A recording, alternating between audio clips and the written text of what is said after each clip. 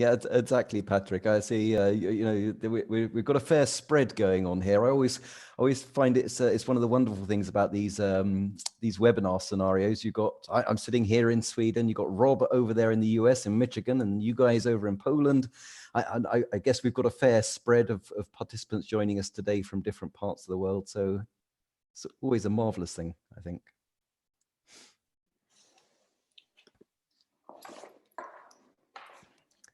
I think this is a good time to start. So let's start this meeting. And can you, Edward? Oh yes, thank you very much. Hello everyone. My name is Sławek Błaszczak. I'm co-founder of 4Results, and this is my pleasure, and would like to say welcome everybody on this special meeting. Let me start from explaining my look, my view. The title of today's meeting is The Naked Truth of Training Programs. I'm not naked, on the contrary, but when we talk about the development processes, we can have two different approaches. And the first one is like an event, to treat development like an event. The second one is something like the journey. And we've got something like the dimension between the event and the real deep, long journey. And both attitudes are quite good, but I wonder what's your association when you think about going for an event. In my case, I think about something intensive, something short, but with full of emotions, something powerful that will bring me some impression, but I'm rather an observer in the role of observation, let's say. And after an event, I can take some impressions and I can use them in my reality, but how deeply it depends how strong is the inspiration and how the link is done correctly between the event and the reality. On the second hand, we've got the journey approach. And when I'm thinking about the journey, I'm thinking about something that takes, of course, longer time, but something that requires some, special resources, special stuff. You need to be prepared with different things because you will need something during your journey. And I'm going to meet some people. I'm going to develop with them. I'm going to understand their attitude, their approaches, to get to know something from them. And I'm going to have some guides because, sometimes they can navigate me not to take the wrong way. So when taking the journey, I think it is something more risky, perhaps, but something that can bring the real experience and that can shape me. In Poland, we say that journeys shapes you, that journeys develops you. This is what we say in Poland. And of course, both attitudes are quite good. For example, yesterday we were awarded for the best event in digital category in Poland for last year because we use VR for some events. So events are not bad, but you can't expect having the implementation of all the skills. This is just for giving you inspiration. When you've got the journey, you can expect much more, or let's say different results. So our meeting is devoted to have the conscious decision between event and journeys, what use and when these two approaches. I'm not in Himalaya, I'm in Warsaw, so it's getting hot. So sorry for a while, I will take it off. And I would say a few words about 4Results. Our DNA is strictly connected with our name, 4Results. And everything we do, we believe we do to strengthen the result for our clients. Are we enough good in this approach? I would say no. We've got still some space for improvement, and we will never stop looking for some solutions, tools, approaches to bring more results for our clients. And when COVID-19 started, the whole training industry suffered from, let's say, something like devaluation of this industry, training industry service. Lots of training budgets were cut. And then we realized that the market can't see in the service that training industry provides the real solution for their challenges and problems under this very difficult time. In my opinion, this is the time when development is needed the most ever. But perhaps the service that training industry all over the world provides is not as efficient as it can be. That's why, with our DNA for results oriented, we decided to shape this industry, training industry in Poland. And we took action for the last 2 months to deal with this issue. For example, we had the campaign. We wrote 6 posts in LinkedIn, viewed by more than 30,000 people, with more than 600 comments. And seeing that, we decided to organize this special meeting and to introduce great, best in the world experts in high performance learning journey. And today's meeting will have 3 parts. The first part will be provided by our great partners, international partners. The second part is devoted to the case study of our client, Philips. And the last part is something like a short discussion with us, with all the participants. First part will be in English, the rest will be in Polish. This first part will take something like an hour. And so this is my pleasure, and I have honor to invite our great international partners that we cooperate with, creating high performance learning journey. Professor Robert Brinkenhoff from US and Edward Boom from Sweden. So Rob, Edward, the stage is yours. Thank you so much for that fantastic introduction, Slavik. I'm just gonna share my screen here. Yeah, I don't know. I feel like we've been completely upstaged there. I feel completely underdressed for a start. What a fantastic introduction. And I'd just like to say a big thank you to yourself and the team for putting on today's event. And thank you to everybody for taking the time out of their busy schedules to be with us for today's session. So as you alluded to, Slavik, the title for today's session is The Naked Truth on Training Programs and How You Can Drive Higher Performance. I'll give you just a little clue to that. We're going to be getting into it as we go through the presentation, but how you can drive higher performance is a combination of good use of technology combined with good use of training design. When those two things collide, that's when we start to drive higher performance. And that's what we're going to be talking to you about today, and how we'll explain how we've been doing that. So just a few words of introduction. My name's Edward Boone. I'm the chap at the bottom there without my beard. And I work for an organization called Promote International. We're based in Sweden, and we are the owners and developers of the Promote Learning Transfer Platform. It's a platform, a digital platform that we've been working on for over a decade now, that is designed with one purpose, and that is to get more results from training. Now, you might ask yourself, if you're going to design a platform like that, where do you get your inspiration from? Where do you get your ideas from? And that brings us to the gentleman at the top of the page.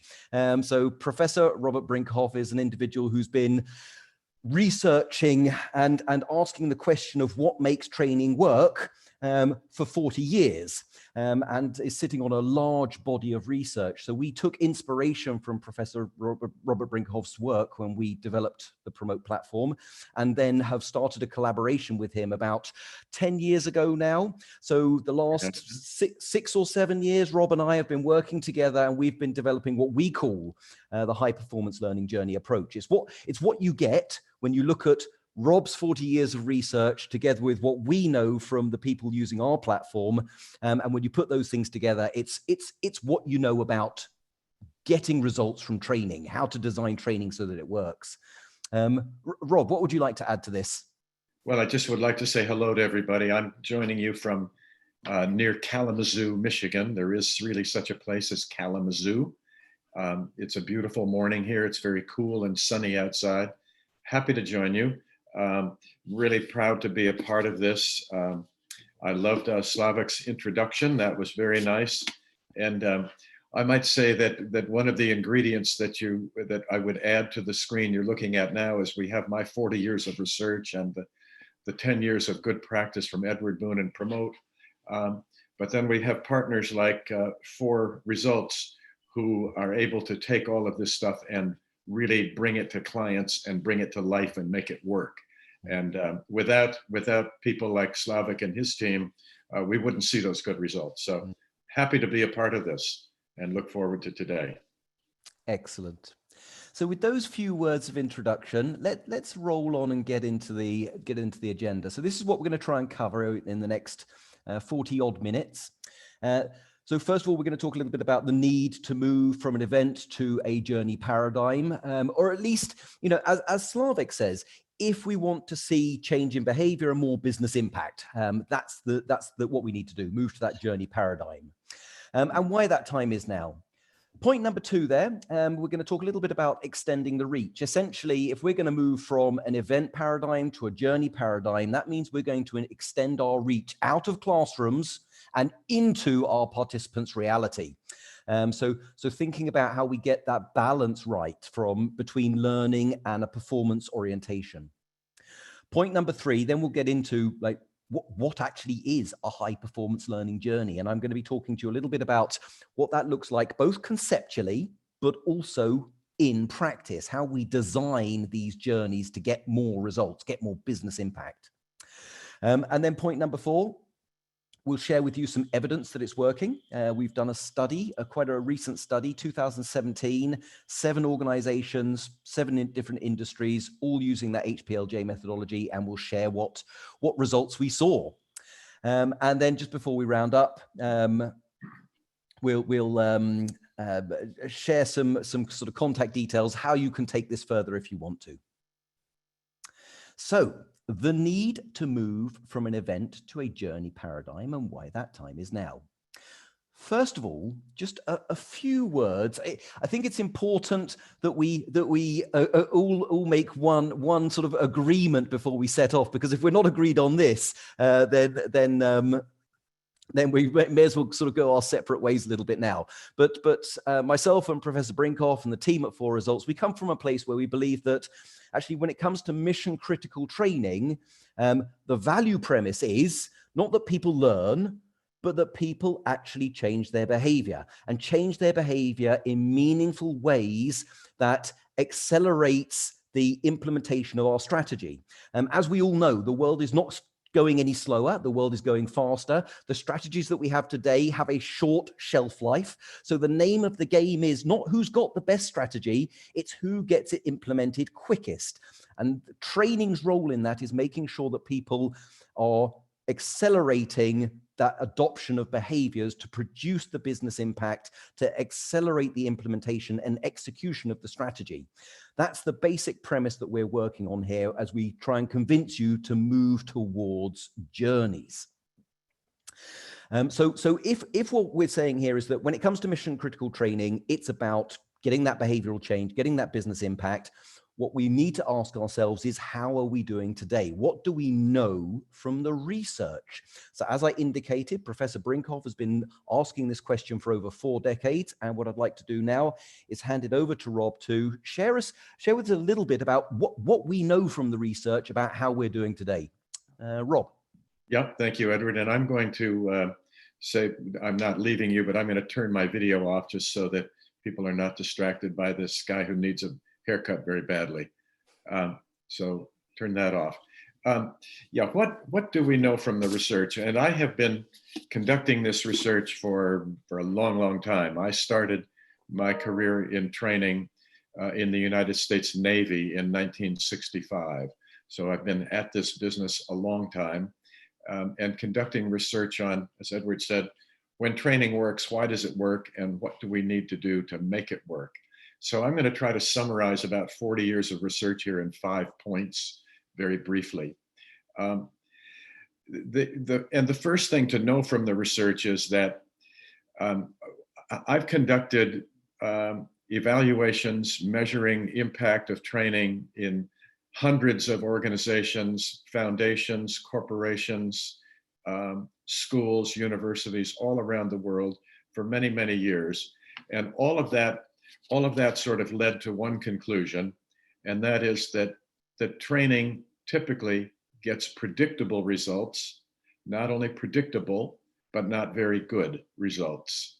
That is, if you put 7 people through training, 6 people through training, you're going to find typically about one of them is going to use it, take it to work, use it, put it to work, and get really great results. You're going to have some proportion of people who don't do it at all, don't do anything with it, and then some percentage of people who are just in the middle, the remainder, everybody else. And these are the people who maybe enjoyed the training, they maybe found it interesting, but when they got back to work, something got in the way of their putting it to work. Maybe they tried parts of it, this or that, but none of it seemed to stick, and they went back to doing things the old way. That was sort of the grim news of research, and it made us see that there's a huge waste in that every time, if we're putting 100 people through training and we only get 15 or 20% of them or so, 15 or 20 of those 100 to use it, the rest of it is wasted. And one thing I've concluded from that research is that if a company's looking for a good way to waste money, training is an excellent way to do that. Put on a bunch of training. It's a good way to waste money because people will think initially that it's really not a waste of money, that it's something quite interesting and intriguing and looks pretty good. But then we'll find out as time goes by, it didn't really pay off. So everything I did following that was to figure out, well, why is that happening? Why isn't it working better than it does? Because I was involved in training in the United States Navy where we had 100% results. We couldn't tolerate anything less than that. And so I wondered, why is it we can't seem to get that?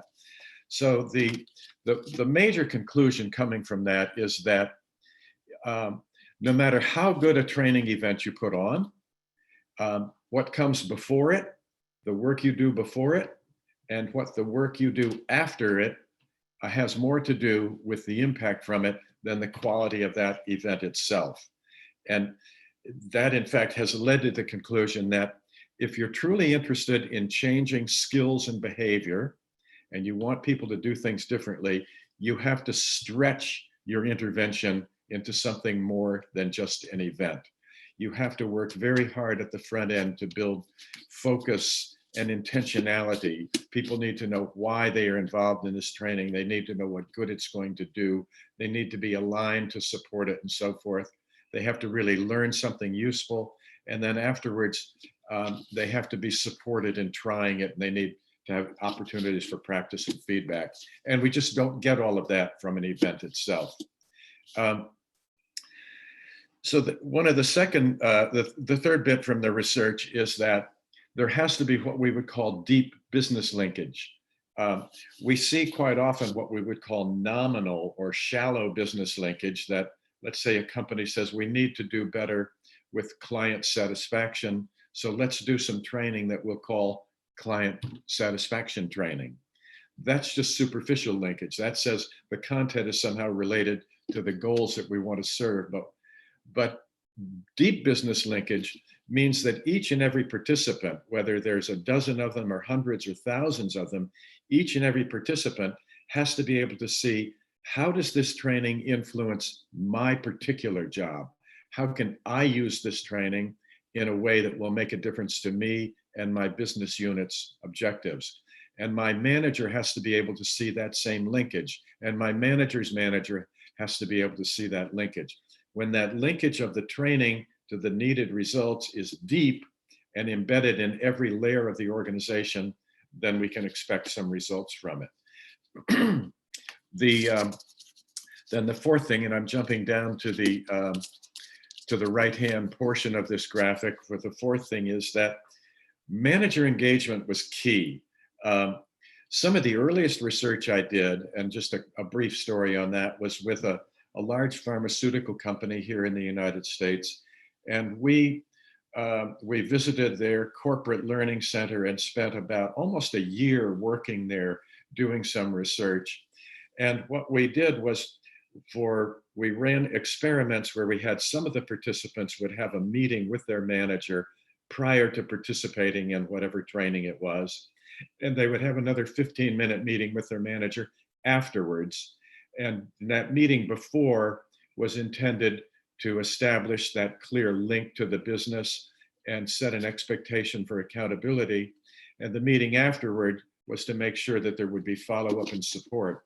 And what we found from that research, and this was done over 30 years ago, was that those two 15-minute interventions led to about a 70% increase in the probability that that training would lead to behavior change.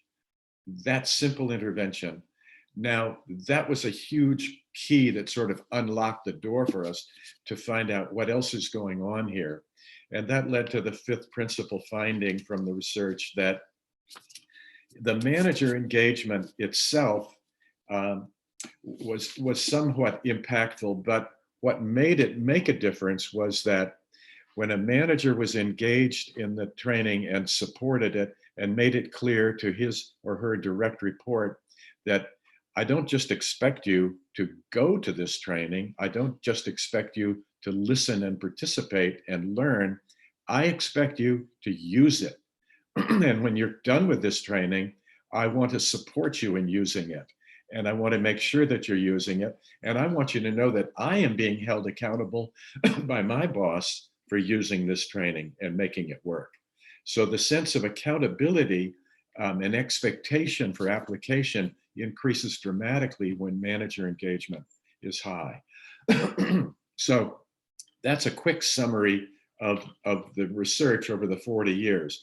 Now, the challenge then is, as we move into this new world, and we have to move into it like it or not in these pandemic times, of now working virtually, how can we apply these findings from the research as we move away from events and move into a learning journey paradigm? So what I call this is extending the reach. And in this first slide, I want to show you, I just want to define, we've been talking about impact from training, and I want to give you a quick graphic summary of what we mean by impact. Over on the left-hand side of this graphic, you see there is some sort of a learning intervention. Could be a workshop, a seminar, an online module, some sort of learning intervention that's intended to provide people with some skills and knowledge. And those are represented by those S's in the circles. Now, that learning takes place, and it must take place, and people have to finish that learning having mastered some sort of knowledge. But the impact doesn't happen until they go to their workplace and use it. And importantly, it isn't just about using it in any old way in their job. Anybody's job is made up of different parts and elements. So for example, a salesperson job includes prospecting, it includes following up with clients, it includes fulfilling orders, it includes customer satisfaction work, working directly with many different parts to anybody's job. The key to impact is, if I am going to apply something I've learned, I have to find out what is the part of my job that if I were to do it better would help produce an outcome that the organization needs from me. That's the part of my job. Now I have to find out how can I use this training in that part of my job to then make a difference. So there has to be that connection of the learning to what we would call a moment that matters, something, action I can take in my workplace that if I were to do it better, would produce an outcome that would contribute to a business goal.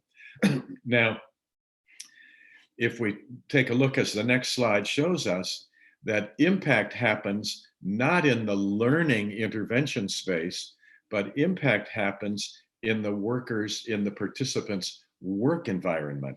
That's where impact happens.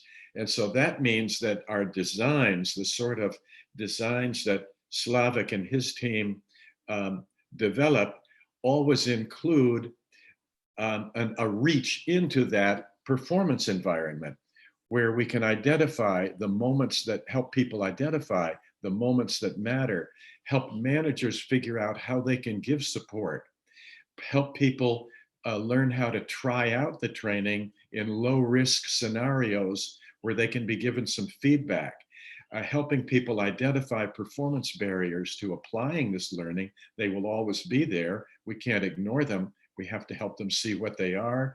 We have to help them practice. We have to give them job aids. In other words, we have to reach into their environment and make sure that we are helping people apply and apply and apply and reflect on and learn from their experience of trying out this training. Now, the good news is that we're at a time where we have to be able to do this. The good news is we have technologies to help us. And so these technologies can enable this reach. They allow us to break our learning interventions up into smaller bits and pieces and to get them to people at just the right times in just the right amounts when they need them. But importantly, they allow us to engage with the participants and their managers and provide assignments to them where they can try pieces of this learning out and get feedback. And that's where the design has to happen.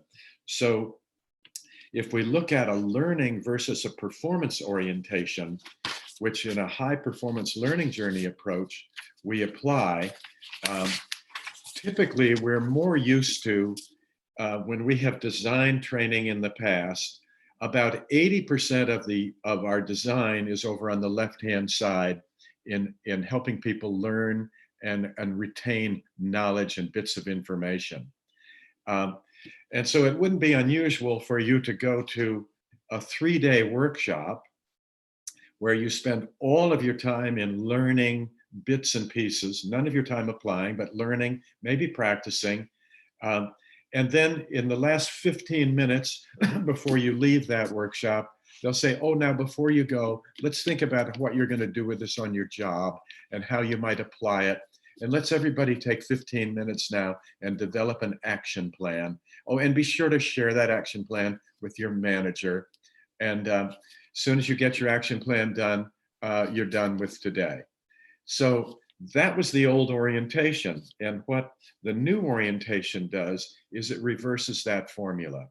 It puts about 20% of the time we spend in actually providing content and learning, and about 80% of the designs is in intervention into the person's workplace and providing them with all these tools they and their manager can use to try things out. And it isn't just providing them to them, it's helping them use them and reaching in there with technology, asking them how it's going, give them opportunities for practice, give them opportunities for feedback. So that's the sort of work that Slavik and his people are doing. That's the sort of work that Edward Boone in Sweden is doing. And that's what I have been supporting people all around the world in doing, because in my view, this is the only way we're going to make a difference that is a worthwhile difference. And we have to change our orientation to stop focusing on learning and begin to focus on performance, an orientation that's on performance, and make sure our designs reflect that. And as we move on in this webinar, you'll be seeing from Edward in a moment what a high performance learning journey looks like. Later with Slavik and his people, you're going to be looking at an actual case study. So that's sort of the conceptual foundation here. Let me now turn things back to Edward, who talked to you briefly about how do we make this work in real time. Thank you very much, Rob. I think what I'm going to do is, as I move into this bit that we're calling what is an HPLJ, what does a high performance learning journey look like? I think as we move into it, I'd just like to sort of summarize. I said to everybody at the beginning here, you know, the title of today's presentation is The Naked Truth on Training Programs and How You Can Drive Higher Performance. And I said, here's the sort of the one-liner. I said, you know, it's a combination of using new technologies and good design. And I'd like you to just reflect for a moment on the piece that Rob has just taken us through here now, that what we know about training impact, what we know from the research is that impact happens back on the participant's job. If we stop at a learning event, we will not see the business impact. So we have to take our journeys into the participant's workplace. And traditionally, anybody who's listening today and has any experience in the world of training knows how difficult it is to maintain contact with our participants after they leave our classrooms, after they leave our virtual sessions. So the technology helps us to extend that reach. That's what the technology is for. It's not really about, you know, just dishing out e-learnings. The technology is for helping us extend our reach and our transparency into their working environment. So now let's talk a little bit about, you know, how does an HPLJ look? How does a high performance learning journey get designed? I'm going to start with a slightly more conceptual version. We use our space rocket metaphor here. And usually what we say is that a high performance learning journey will consist of 4 core elements. And what I'm going to do is I'm going to say a few words about each of these. And then what we're going to do is we're going to take a look at a slightly more operationalized example. So first of all, let's have a talk about these core elements. The first one is down in the bottom left, commit to the journey. Now, when we talk about commit to the journey, this is going back to Rob's research. We do not mean that people are excited. We do not mean that people are motivated. We mean that people have a focus. They have an intentionality. They know why they are there. They know that the expectation is not just to be there. They know the expectation is not just to learn. They know the expectation is to use what they have learned and produce results. They know that because their manager is also engaged in this journey. So right at the beginning of the journey and throughout, we need to build in assignments and activities in our journey design that make sure that people are committed, that they know why they're there, that they have that focus and intentionality. The second core element is building the knowledge foundation. So this is more familiar territory. It's lectures and workshops and e-learnings and video tutorials and quizzes and all of the good learning stuff. When it comes to a high performance learning journey, as Rob indicated in the previous slides, the key principle is just enough. The problem with many learning journeys, because many people are talking about learning journeys, but they're not talking about performance journeys. So in a learning journey, most of the journey is built on these workshops and quizzes and video tutorials, if we were to look at it assignment by assignment. In a performance journey, it's just enough knowledge foundation. It needs to be there. We need to give people the knowledge basics, but just enough to get them to the third core element, which is developing and practicing skills. This is where the most of the journey is going to be. It's going to be about, first of all, practicing in sheltered environments, doing things like role plays in classrooms. But then as we move on in the journey, we reflect, we get feedback, we continue to build our knowledge foundation. We try in more and more complicated and complex and challenging scenarios until we reach that dotted line. And this is where our rocket metaphor comes in. That dotted line represents gravity. Because as we all know, if you practice something once, you will probably go back to the way you did it before. If you practice many times, if you get the feedback, practice and feedback, practice and feedback, practice and feedback, you will break through that dotted line and you will move beyond that field of gravitational pull. And that takes us into strengthening results. Strengthening results is where we start to be able to self-assess. We don't need feedback from others. We can assess our own performance. We can start to teach others. We can find even more challenging and new ways of using the skills to produce impact for our organizations. Usually what I say about strengthening results is we're moving from an individual journey to a organizational journey. We're spreading and multiplying the effects of the learning journey. And all of this needs to be built in our activities and assignments in the journey. So let me now just talk you through what this might look like a little bit more concretely. Let's move from that conceptual level into a little bit more operationalized version of this. So if we're going to execute a high-performance learning journey, it might look like this. We might start with something like a virtual kickoff. So it doesn't need to be long. It could be 30 minutes, 40 minutes. We invite our course participants. We invite their managers as well. So we get their managers involved early. We invite a senior stakeholder to communicate why this program is important, what it's going to do for the organization, what the participants' role is in this, and what the expectations are on them, that this is not about simply learning, this is about applying and producing results. So we get that commitment. Then we identify performance objectives and these moments that matter with a supervisor. As Rob was talking about earlier, one of his earliest pieces of research was getting participants to sit down with their managers for just 15 minutes to talk about their participation in the learning event. So what we do is we create that as part of the journey. Sit down with your manager, talk about the journey you're about to go on, talk about where you're going to use it, talk about how you're going to produce results from this learning. Have that clear contract ahead of the sort of at the beginning of the journey. And then we can start to build in some self-paced learning nuggets. We don't need to all sit in a classroom or travel to an expensive venue to do this. We could be interviewing people in the organization. We could be reading articles. We could be watching video tutorials. It doesn't need to be long and it doesn't need to be complicated. This can be done in a very simple way to build that knowledge foundation. So then we might have a brief workshop. And because we've built the knowledge foundation in an effective way, this is all about practice. It's not a lecturer who enjoys the sound of their own voice talking for 3 hours.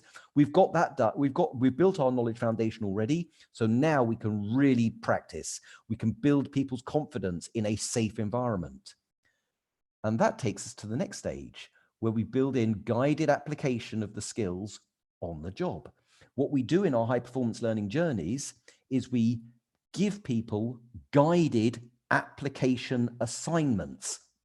So, if it's a leadership course and we have practiced giving our team members feedback, then we give people assignments to go out, give feedback to a team member. And then what you're going to do is you're going to report back on the platform. So this is where the technology starts to play in. So we get people to report back. It's transparent. We see who is working, who is not, how it's working. We're learning from each other. So we're not just applying what we've learned, we're accelerating the application because we're learning from each other and getting smarter about what's working and what's not. Then we might have a virtual check-in session to discuss those successes and challenges. We all know that there's those barriers out there that are going to prevent us applying what we've learned. So we have those virtual check-in sessions. They don't need to be long, where we can talk with others about what we've tried, how it went, what worked, what didn't, before we carry on. Build on with additional learning nuggets to support further application in more challenging scenarios.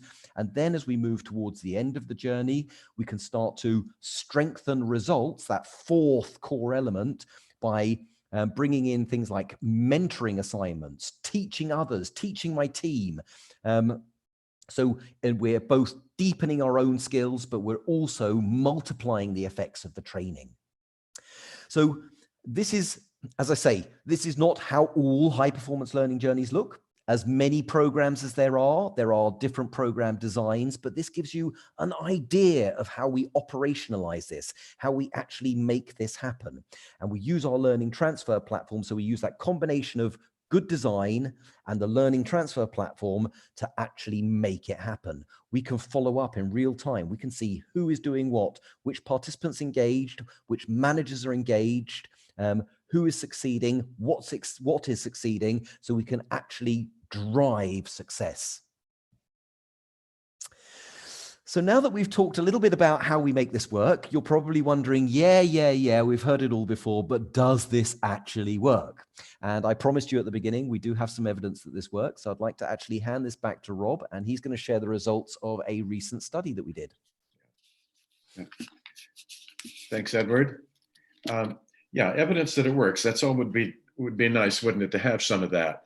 So a few years ago, as I was beginning to get familiar with the promote people and got pulled out of my retirement to begin to work with them, we did a pretty major study across 7 different organizations. These were major corporations in the US and in Europe. They were involved in 7 different industries, from production, aviation, factory, healthcare, construction, automotive, engineering, sales, and banking and finance. So a range of different industries, many different people, but here's something important, all the same sort of program, all looking at what we call typically soft skills learning, where people need to develop and practice a skill and begin to use it in their work. And these were learning journeys. They were stretched out over time, some of them as brief as 6 months, some as long as 12 months. A total of more than 600 participants with 400 managers engaged. So considerably good numbers here and good input from managers as well as participants. And I might say how did we define impact? We defined impact as people took something that they learned and they used it in their work, and they didn't use it just in any old way in their work, as we said, but they used it in their work in a way that had already produced or was likely to lead to the production of a valuable business outcome. So this was intentional application of training. We defined it as intentional application of training in a way that is aligned with the strategy and priorities of their organization. So it wasn't whether people learned, it was whether they took their learning and used it. So I'm just going to touch on a couple of our findings here, where there were many more in the study, but those that I wanted that most briefly. The first finding was with business impact. We defined 3 levels: high impact, which was people use their learning in a consistent way, more than once, in a consistent way that had already made a difference or was clearly going to make a difference in production of an outcome that would matter. And 81% of the participants of those 600 fell in that area. So already we were getting dramatically more impact than you would get from typical training. Another 10% or so were 9% or so were what we call moderate impact.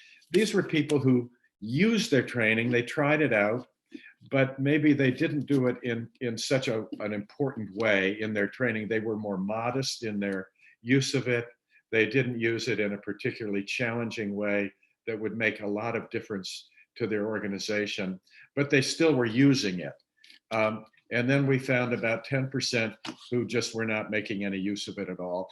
And that 10% or so number has just held up over the decades, as I think we've never found a way to, it's just a reality of people in organizations. There are some people who are not going to change their behavior, don't feel a need to it, and maybe don't have a need to do so either.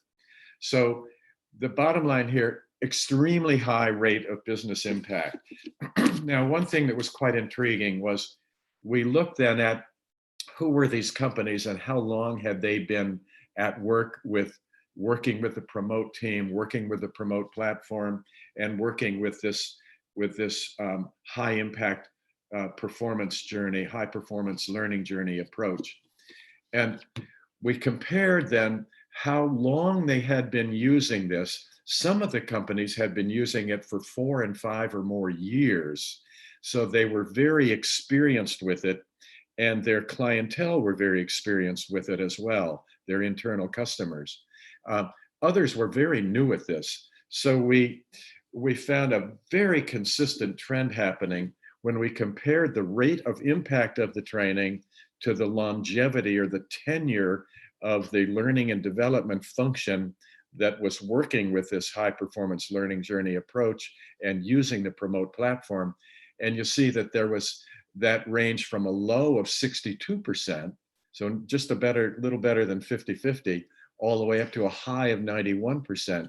And that was a tremendously consistent finding.